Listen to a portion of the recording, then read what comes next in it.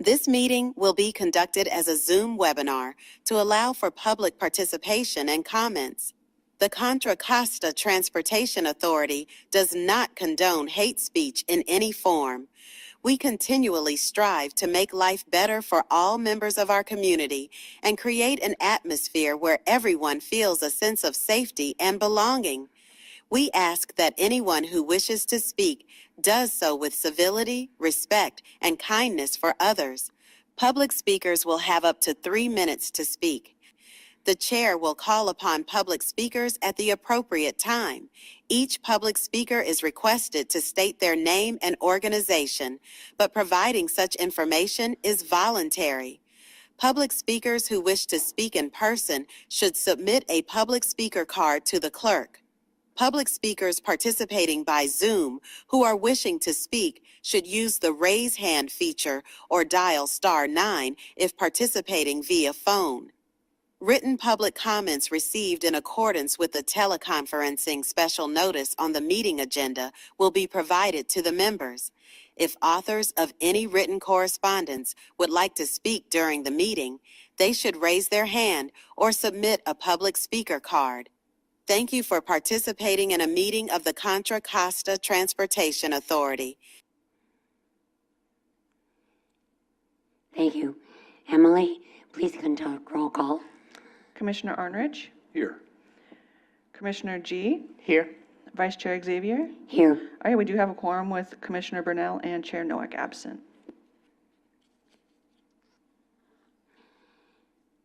The first item on the agenda is public comment. Is there anyone wishing to speak during public comment on an item that is not part of the agenda?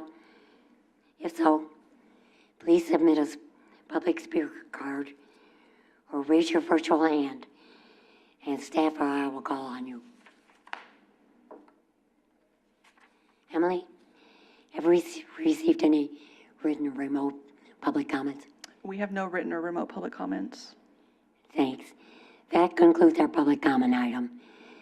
We're now moving to the consent calendar items. I don't know, should we wave her on?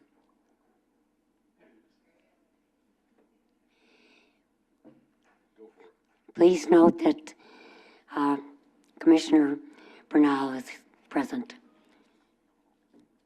at 8:33. Are there any changes or comments on the consent calendar? Just a comment, nothing to change, but our quarterly sales tax, just noting they are not heading the direction we'd like to see them head. And, I think it, for those of you that are newer in here, one of the things that we did is on our estimating, we used to estimate the actual revenue. We have a consistent forecast that we use to protect us, so technically we don't overestimate, but I know all cities, we're all seeing this. That's our lifeblood, so just to, with that, I'd be willing to move the consent calendar. Anyone else? I just have a quick question. Okay. I don't really want to pull the item, but I had a very hard time, the handout for item 3M, the Kimley Horn amendment. The handout that was sent out, I just had a really hard time understanding the numbers. I just wanted to make sure that I was reading it right. Did it really go from 885,000 to 10 million? Yeah, so there was just a mistake on the staff report. So the 800,000 was actually the fee amount of the contract and not the total amount of the contract. Oh, okay. So the total amount of the contract was 10 million plus, and then the 800,000 was the fee amount. Right. So we just had to make sure that the staff report was accurate based on the total contract amount. It was just hard to understand, and Yeah. it was hard to understand how it went from that number to that number. Okay. Yeah, it was just we grabbed the wrong number off the contract, and it was not the total contract amount. Thank you. Emily? We just Is need there a anyone second. from the public that would like to speak on consent calendar items? We have no public comments, written or virtual. Thanks. So, new Noel made a motion. Is there a second? I'll second it. Thank you. We have the first by Commissioner Arnerich and second by Commissioner G. Emily, please take a roll call vote. Commissioner Arnerich, Yes. Commissioner Bernal, Yes. Commissioner G, Yes. Acting Chair Xavier. Aye. Aye, motion passes unanimously with Chair Noack absent.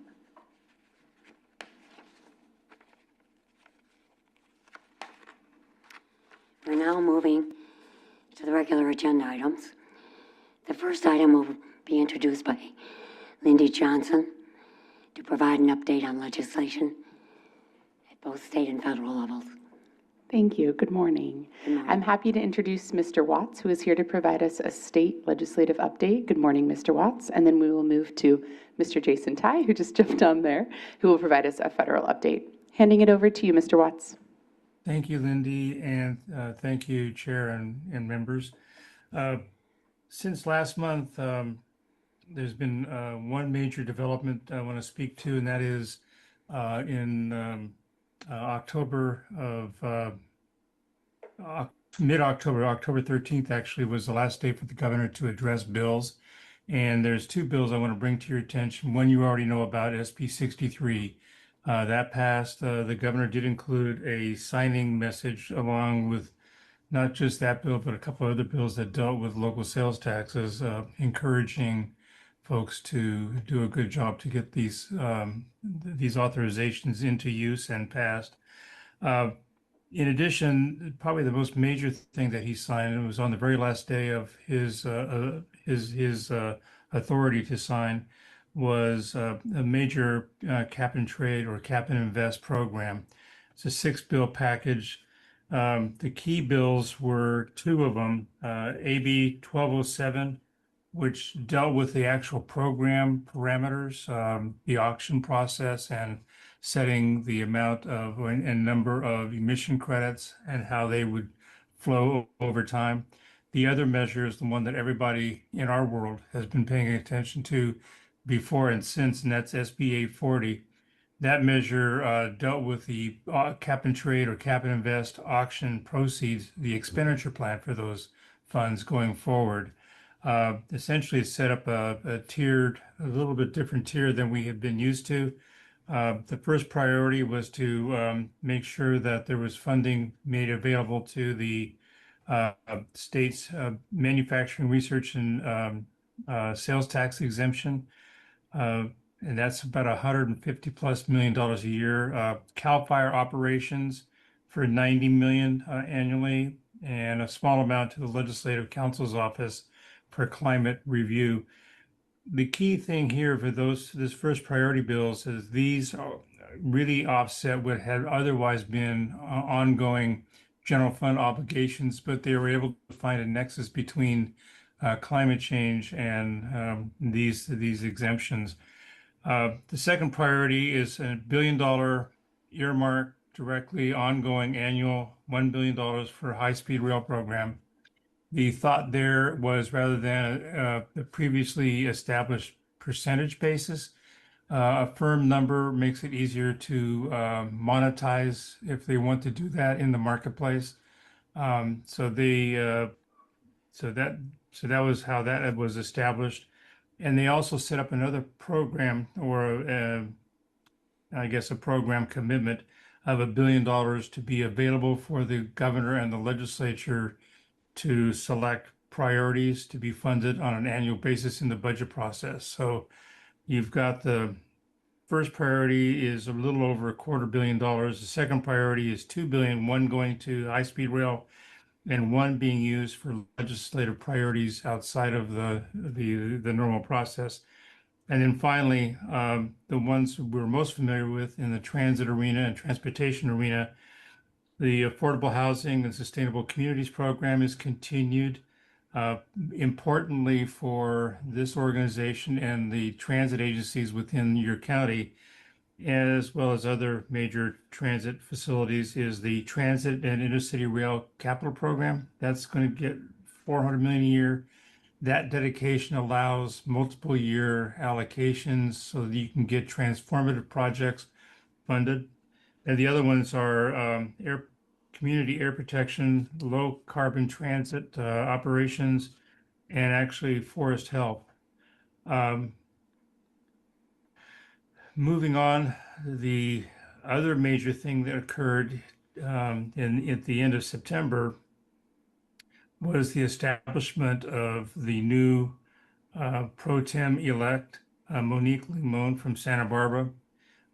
She will take over and replace the current pro tem Mike McGuire on November 17th. So that's yet to come. I think for your county, one area of interest is it looks strongly as if Senator Cabalden, who represents mainly Yolo, but portions of the northern county, is being viewed as a potential budget chair to replace Senator Weiner, who has other future aspirations.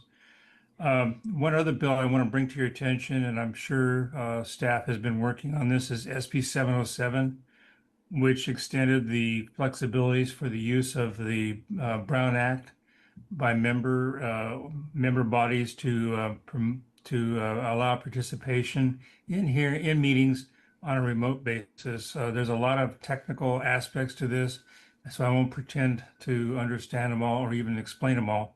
But it is in law, and I know many organizations are adjusting to it.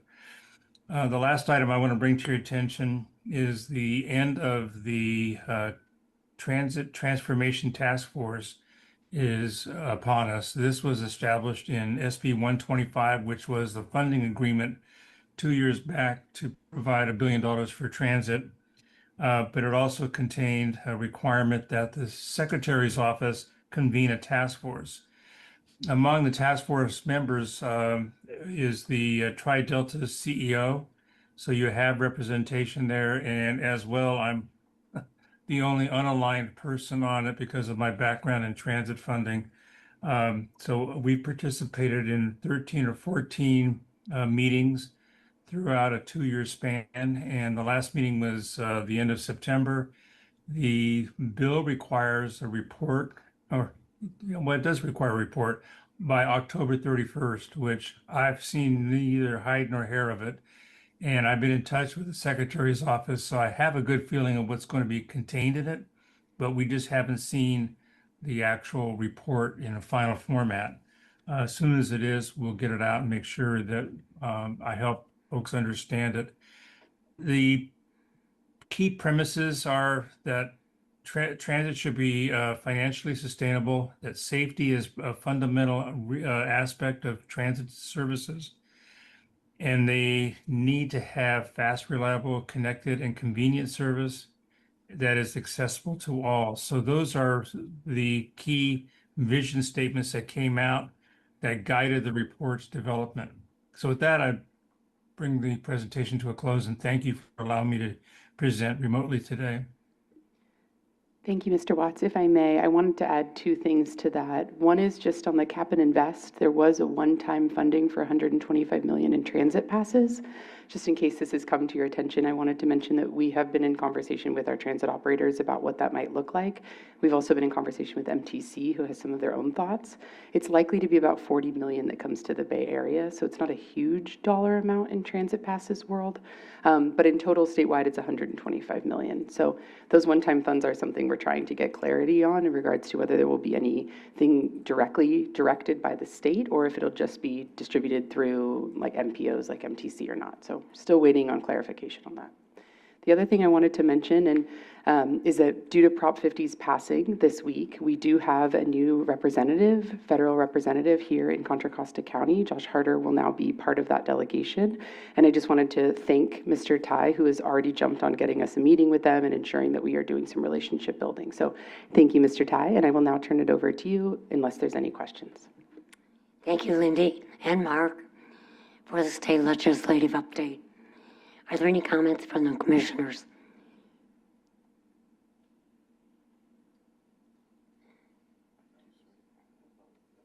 No. Thank you.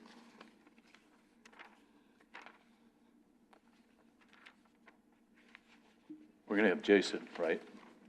We're calling up Jason. Next is the federal legislative update. Okay to proceed? I didn't want to jump the gun. No, please do, Go Mr. ahead. Ty. Thanks. I have a slight delay here and I apologize for my voice. Normally it sounds horrible, but I caught a bug in Lodi when I was there last week. So, which reminds me of that CCR song, which incidentally, as a completely separate matter, John Fogerty of CCR just won the ability to retain all of the works he just did. It popped up on my Google today, so I wanted to. Good to hear. Listen, Chair, Vice Chair, members, thank you for the opportunity to be here virtually. Always a pleasure. I see the sun shining outside. I'm very jealous. Let me first start and introduce my colleague, Madeline Pike, who is also on, and she will provide a quick update on what is going on in Washington, D.C., and I will jump in with a few additional stray comments on CCR. Thanks. Thanks, Jason, and hi, everyone. Thanks for having me here today. Good to see everyone again.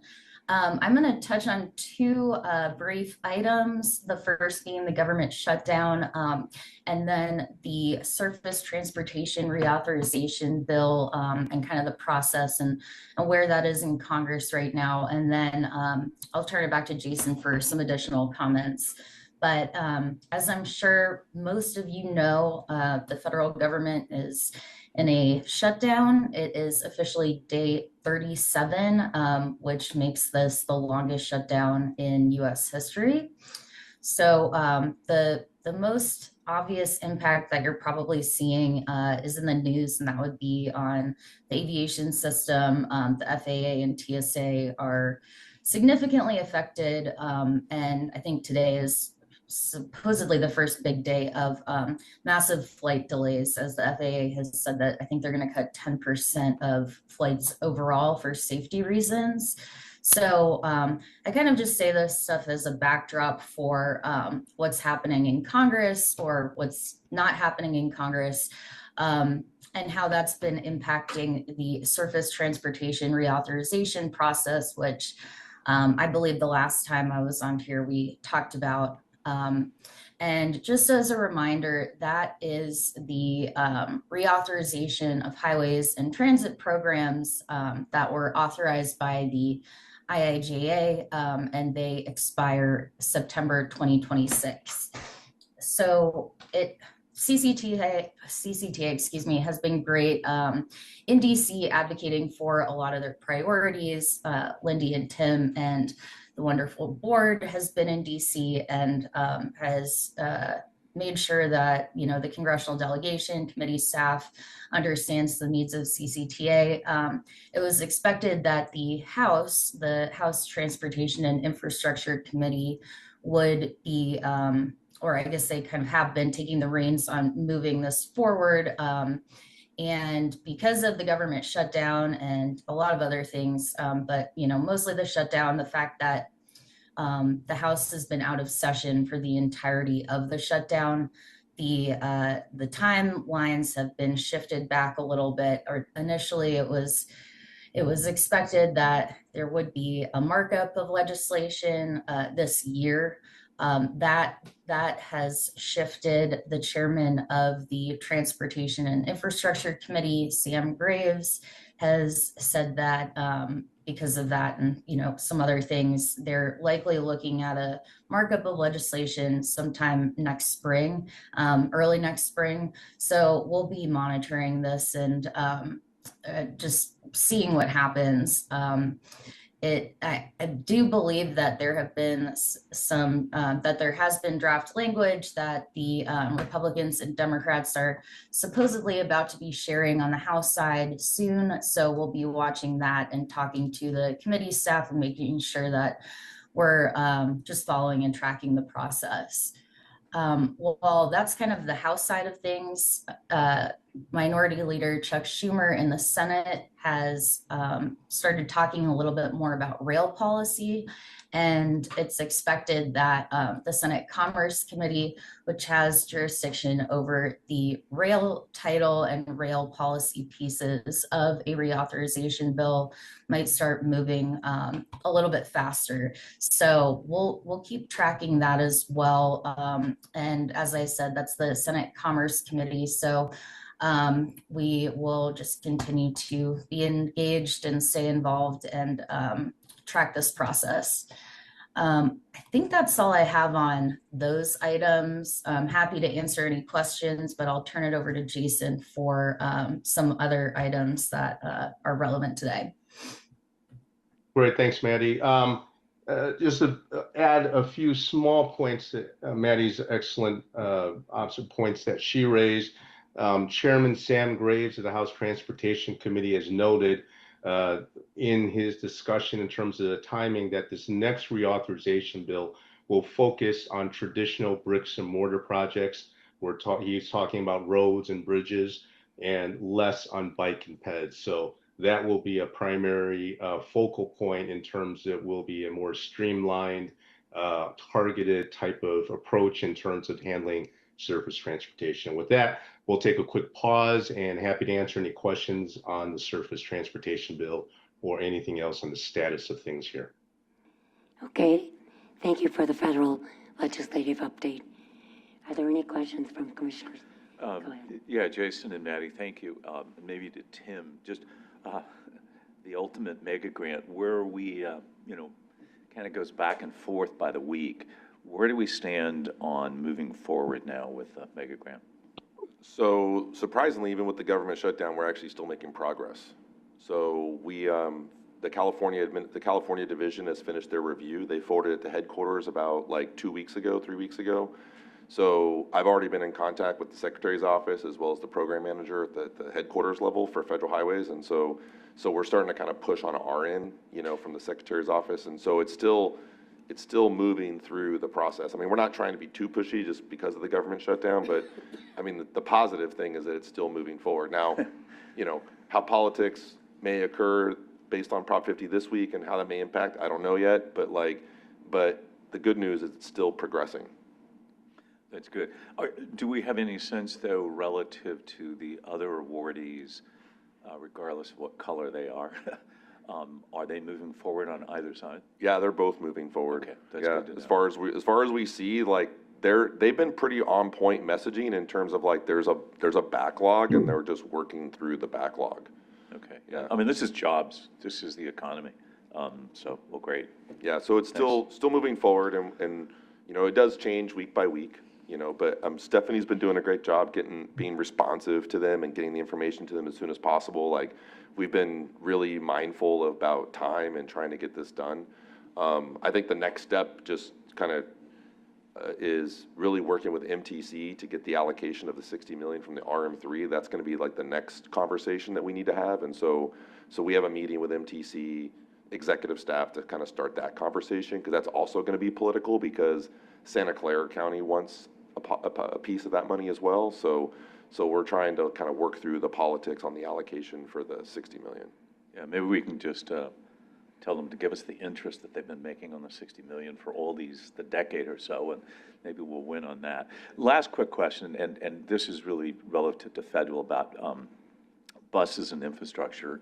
Current administration in DC is sort of, against anything that's green, anything that's, quote, environmentally related.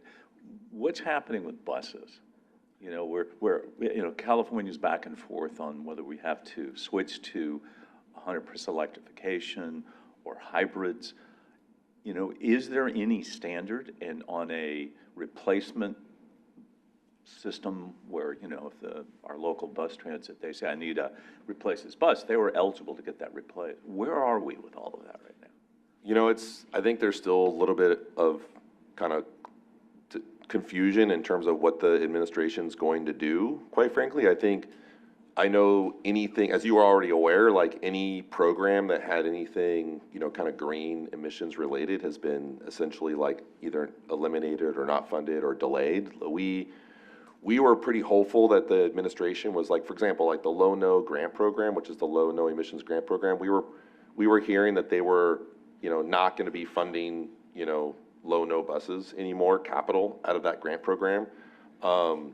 And we submitted a grant, to purchase zero-emission shared autonomous vehicle shuttles. And we were pretty hopeful that that was going to really align with the priorities.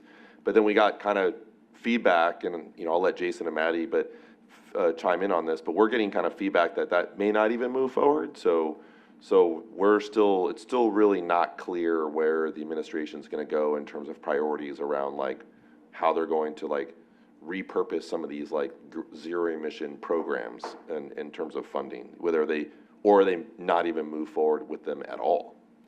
Yeah, so it's not where I think we're still learning. And before this government shutdown, we went to DC in September, and I think we were starting to learn about the priorities, and I think that's something we're just gonna have to continue to do is just, Jason and Maddie have been doing a fantastic job being on the ground, learning what the priorities are, and so we can better position ourselves for success, next year as some of these programs are starting to come out. We are hearing some big priorities around autonomous vehicles. I mean, the ITS JPO, it sounds like they're going to be coming out with a program like in April that's going to be really focused on V2X and like automated connected vehicles. So we're kind of really focused on that. We're still trying to figure out what the administration's going to do with the SMART grant program. And, it seems like that could be another program where they might be focused on more connected autonomous vehicle technology. We're also hearing rumblings that they may not do phase 1 grants, which are planning grants, and mainly just focus on phase 2 implementation grants. So yeah, we've got our ear to the ground. I mean, Jason and Maddie have really done a great job of keeping their ear to the ground and really making sure we're ready when some of this stuff starts breaking loose. Tim, can I Yeah, just? if I could just, oh, sorry. Go ahead, If I Maddie. can just add to Tim's point, he made a really good point about the Low-No bus emission grant program. And I think that that's an example of an excellent job that Tim and Lindy were able to kind of message their grant application to be more tech focused and align with some of the priorities of this administration. One kind of tidbit that you can look at is the updated NOFO, the Notice of Funding for the Low-No Bus Grant Program. Expanded the eligibility for hybrid buses as opposed to completely no emission buses. So the administration, I think, I don't think that they'll eliminate that program, but I think that they're trying to give more flexibility towards buses that aren't, 100% electric. So, giving some leeway for diesel fuel. That's all I was going to say on that. But I think that, like I said, Tim and Lindy did a really good job messaging the grant application for CCTA to make it align more with the kind of like the tech forward policies that this administration is putting forward. And I just want to extend any praise related to that to Ryan and his team who worked very closely on all that Low-No work. They really dug in and made sure that our application was applicable to the administration and their needs. I did also just want to quickly mention that the California Air Resources Board also has their own goals related to what you were bringing up, Commissioner Arnrich. And as far as we know, those remain intact, though they are goals. So what exactly the carrots and sticks related to them are remains to be conversation. I did want to mention, I know the East Bay Leadership Council is engaging in this year and trying to sort of see what the California Air Resources Board's reaction might be given the state of Low-No, which was something a lot of our local folks and around the state might have been looking to be able to meet the California Air Resources Board's goal. So there is a lot of state and federal intertwined here in regard to what this is going to mean. The state's goal was that all of the fleet ordered, so anything ordered would by 2029 would be zero emission. The challenge is, of course, there are very few places for them to order them from. Yeah, I was to say that's the unintended consequence is the bus manufacturers are starting to shut down operations and saying, we can't keep investing in something nobody's buying from us. Plus the technological issues with particularly electrified buses. And what we saw in Europe, I think there's 26 bus manufacturers. As of last fall, there were only 3 left that made electric, and by now they were going to have maybe 1. And they had moved all to hybrid. And the hybrids financially, based on mileage, everything, and if you look, the Cradle to Grave had a lot of promise. And yeah, so it's difficult here. Our own agencies, what do they do? But more so, it's the market. And we have, you know, one of the premier bus makers that jumped into electric, Gillig. You know, they say, give us orders or we're done. And yeah, it's just too bad. We're hurting not just the economy, the environment. We're just disrupting everything. And where are we headed? Yeah, I mean, and the trans operators, I mean, they'll tell you that 90%, you know, to get to that hybrid, they can get to like 9, but that last 10% is extremely expensive. Yeah. Thank you. Thank you, Lindy. Thank you, everyone. Is there anyone who would like to speak from the public? We have no public comment, written or virtual. Okay, thank you. So that's it for that item. The next item is presentation on the draft 2025 Measure J strategic plan. Is he showing me? Yeah, he's online. Oh, Yes, good morning, Madam Chair, and good morning, committee members. Sorry I couldn't be there in person to present this item. I'm under the weather and didn't want to spread my germs. I'll be presenting this item for information today. We are looking for any comments you may have on the draft strategic plan. But we will be coming in December asking for your action to approve the final 2025 Measure J strategic plan. I do have a PowerPoint presentation, so to hit the highlights. So if you can just bear with me for a second.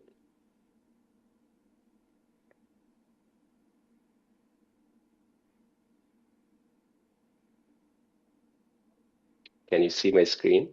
yes. Okay, great, thank you. So just a little bit background information. We are in year 16 of Measure J. It's a 25-year measure, and there is less than 9 years left before it expires. The expenditure plan guides how we spend our Measure J funding.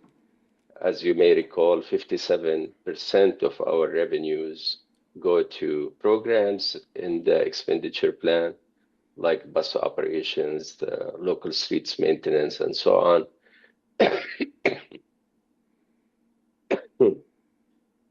Excuse me.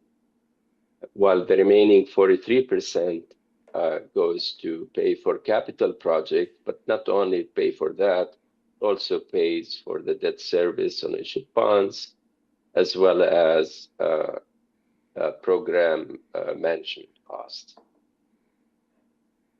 For the capital project, it's important for the sponsors to know when they're going to get their money and in what and how much and in what year. And that's really the heart of the strategic plan. It's the program of the project, knowing exactly when you're going to get your Measure J money and in what year allows you to plan for your project.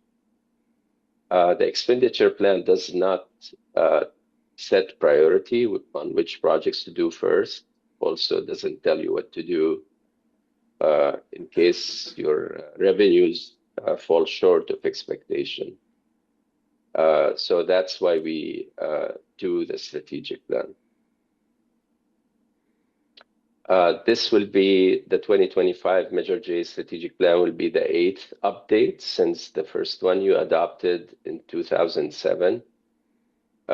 We updated every 2 to 3 years to take another look at our assumptions related to our revenue growth, the debt service cost on projects, as well as project schedule. And because we do the strategic plan, we were able to figure out how many bonds we needed to issue and what are the sizes of these bonds. At this point, we're not anticipating any more bond issuances. We've done all of that already. All what we're doing is just refinancing existing bonds. Since the 2022 strategic plan was adopted about 3 years ago, our revenues actually have done better than what we were projecting, about 15% higher than what we were projecting. We also, earlier this year, our CFO refinanced one of our bonds, saving about $7.9 million in costs, which is great. And then we were notified of the award of a couple major grants, including the mega grant that we just talked about, as well as the TSIP grant for 684 back in June of this year. What that means to us is these projects are now can move forward, and we need to plan for them in terms of cash flow, as well as be prepared in case there are cost increases during construction. Every time we sign on the dotted line, when we get an award of a grant, we are committing ourselves to cover cost increases. So it's important for the board to have the tools to address such cost increases if they happen. So the next 3 years, we will be seeing a large construction program, like over $600 million, which is probably one of the largest in our history that CCTA will be taking the lead on. And not only that, we've been more active in managing non-Measure J projects. You know, we have the countywide smart signal project. We have the 5 safe streets for all projects that we're working with 4 jurisdictions on, as well as other projects that will be coming online basically in construction in the next 3 years. So I'll be talking about 4 or 5 major highlights of the 2025 strategic plan. Of course, the most important one is the revenue forecast. You probably remember this chart. We came back to you in June 2025 and asked you to approve a revised revenue forecast. And the red line basically is what was in the 22 strategic plan. The black line is the baseline that you approved. You can see moving forward, it has a less steep slope, which means we're forecasting a lower growth in the future. And despite that, we're still forecasting an extra $60 million compared to the last strategic plan. We're showing the optimistic and the conservative scenario. This is the envelope where things could go. But you know, the scenario you adopted is the baseline. If you want to see the chart in a table format, this is what we're talking about. In the last strategic plan, we're projecting about $2.59 billion in revenues over the life of the measure. Now it's up to $2.648 billion, or $60 million more. What that means, a big portion of the 60 millions that will show up in the annual program allocation, but the rest will be available as additional capacity for capital projects. When you add in that additional capacity because of the increased revenue forecast, as well as savings from the refinanced bonds and completed project, basically we have about $37.5 million available in new capacity in the 2025 strategic plan. So before we talk about how we plan to program it, I want to just touch on the sub-regional geographic equity issue. When Measure J was developed back in 2002, basically each sub-region share was determined on 2020 population estimate, which was about the mid-year of the measure. And then we went back to the RTPCs and we asked them, well, how do you like to spend your share? And some RTPCs wanted more money for capital project, like in East County. They had a larger need for capital projects to widen Highway 4 and extend BART and so on. And some wanted more money for programs like in West County. So the strategic plan takes a serious look at the geographic sub-regional equity and ensures that at the end of the measure, each sub-region is getting their exact share. But because we're looking at only capital projects in the strategic plan, you will see that 49% of the funding is in East County. That doesn't mean that West County is not getting their share. It just means they're getting their share in the program allocations. So I just want to be clear that everybody understands that that's a basic factor in determining how we program the additional capacity for capital project.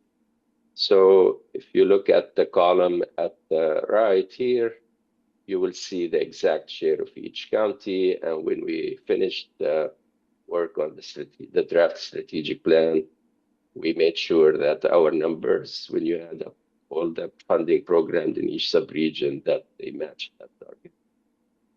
So in actual numbers, the 37.5% basically gets translated to the following amounts for each sub-region, where East County, for example, will be getting about 19 million out of the 37.5, Central County, 12 million, and so on.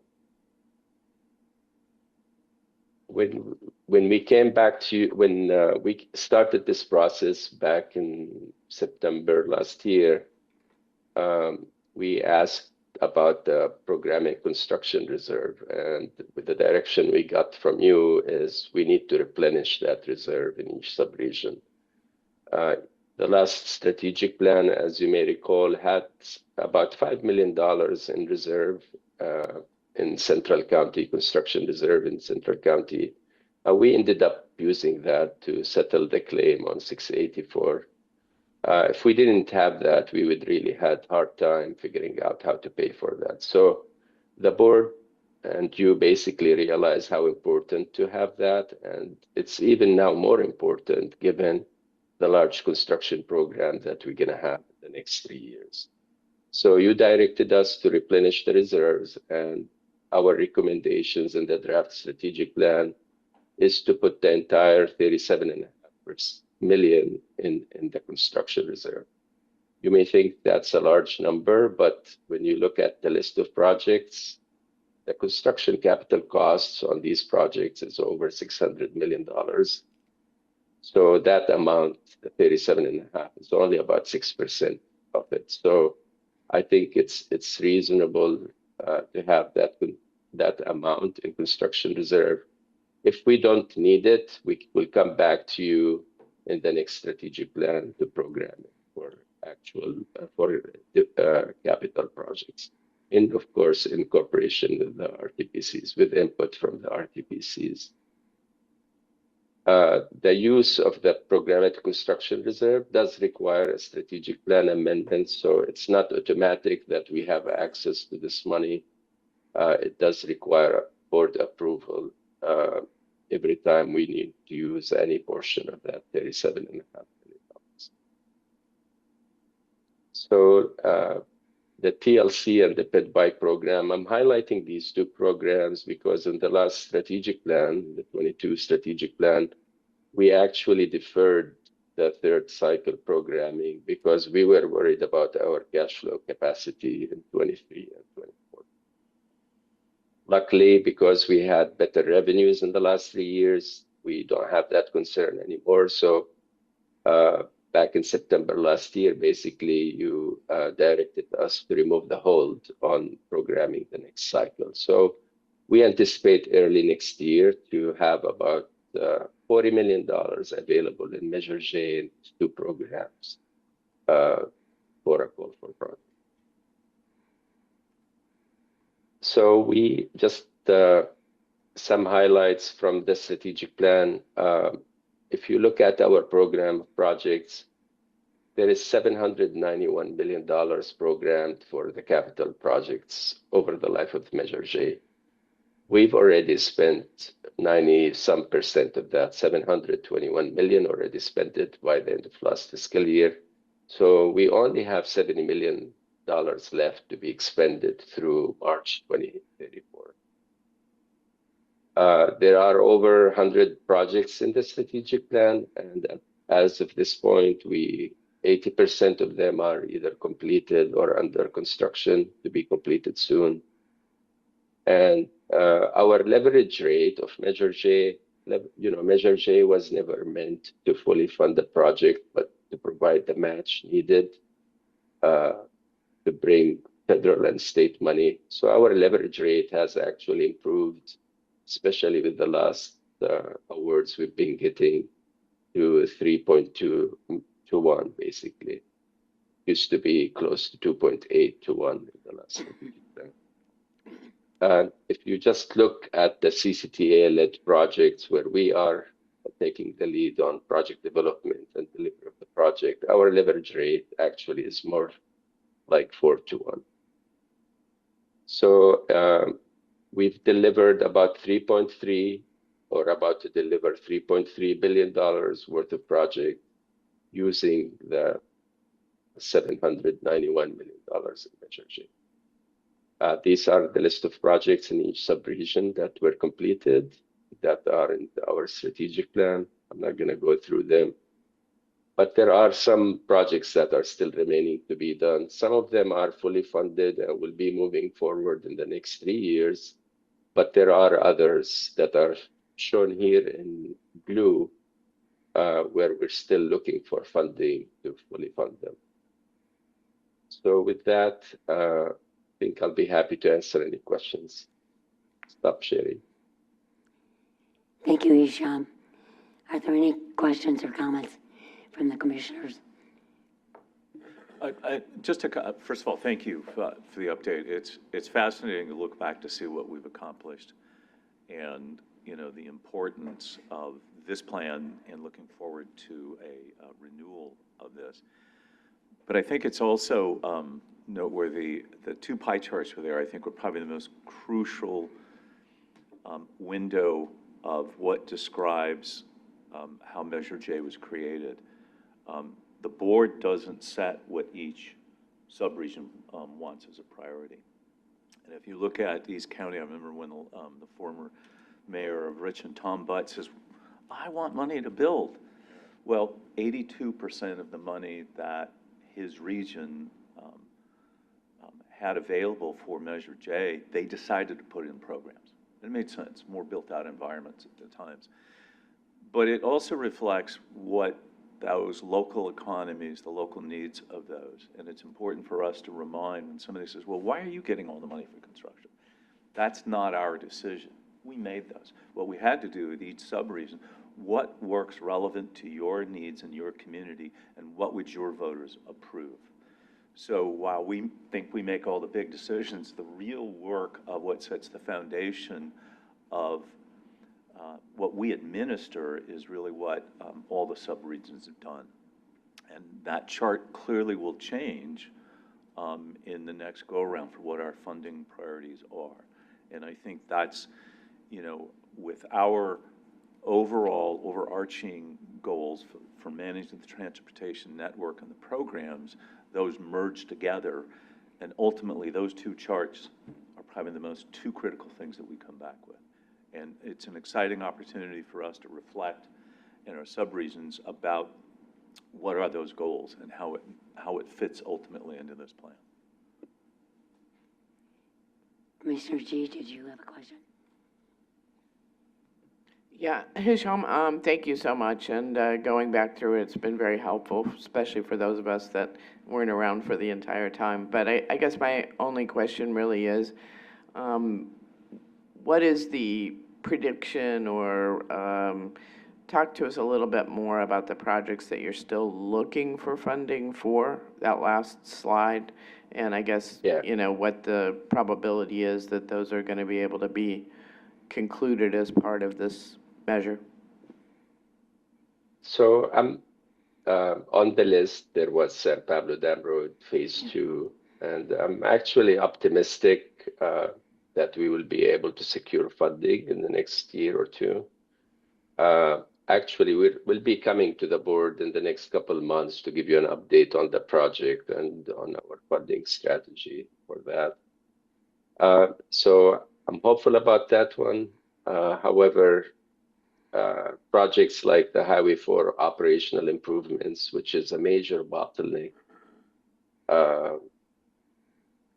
we need over $200+ million to construct these projects. And in my view, I think without a new measure, we're gonna struggle in fully funding before the measure expires. The Hercules Rail Station, we've been working on that for a long time with the city.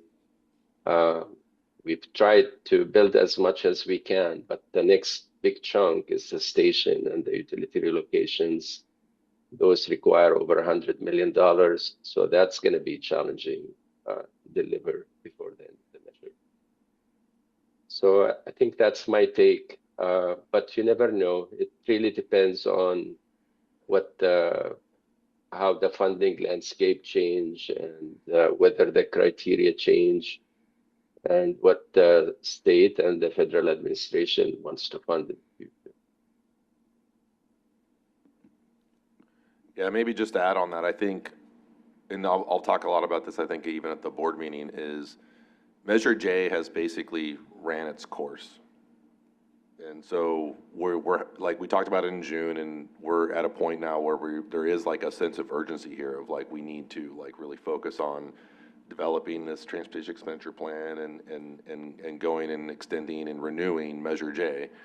And there are key projects that we just don't have enough, local funding to match for future grants. And so it's going to be really key to really focus on, and everyone, the board, everyone on the board, staff, everybody is going to have to really focus and get behind and put, yeoman's work in to get this measure, to the finish line. And the other thing I wanted to kind of note on this strategic plan is this is the first strategic plan that actually goes all the way out to the end of the measure. Like it goes all the way out to 2034. So this is it. Like this is everything. There's nothing left. We got 70 million and that's it. And that 70 million is pretty much all committed. I mean, there's nothing there that's like a lot of flexibility in terms of we can do something with, to Newell's point earlier. So if we want to do more, and we know that there's other needs, like we have to really focus on this transportation expenditure plan and really focus on getting it, over the finish line. And it's interesting, I've talked to a lot of people, about the various different attempts to pass a future measure, and this is exactly where we were in 2004. Measure C ran its course. Everyone knew we had to pass a measure, whereas like 16 and 20, there wasn't a lot of like passion behind those measures, quite frankly, and so we have to like really, everyone needs to kind of step up their game and like get behind this and make this happen. And so that's going to be a big focus, I think. This is actually a great presentation at the board meeting because we're literally going to be walking into the board workshop the next day, talking about the needs in the county. So we've done, Matt and Danielle have developed a brand new project list, and we're going to be talking about the needs for the county and how much funding that's going to take, and start talking about the TEP and all of those things. And so it's a really, really great time to really talk about the strategic plan and what future needs and how we need to plan for the future. Exciting. Yeah, it's exciting. Yeah, like it's. School is already exciting. Yeah, it's exciting. Yeah. So yeah, it is exciting, and I'm excited, and I think everyone should be excited, and it's time to get to work. Is that it? No more questions or comments? Emily, do we have any public comments written or virtual? We have no public comments written or virtual. Thank you. That's it. The next item is correspondence and communications. We have no correspondence in the packet. Any commissioner comments? Staff? Any staff comments?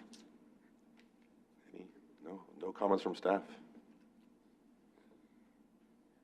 Yeah, I don't have any comments. So, Tim, how about you? No comments from me. Welcome back. Yeah. So that's it. We're adjourning to the next meeting. We're adjourning at 9:25. Next meeting is proposed for December 4th. And we hope to see you tonight in Danville at the mayor's conference. What's on the agenda?